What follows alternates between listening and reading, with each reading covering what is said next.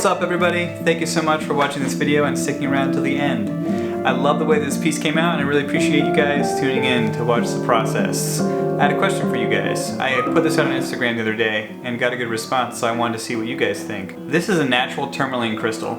It grew in the ground like this. It wasn't cut by people. I love using natural crystals, but I also like using cut gemstones. I'm torn sometimes between which ones I like more. Let me know what your preference is down in the comments.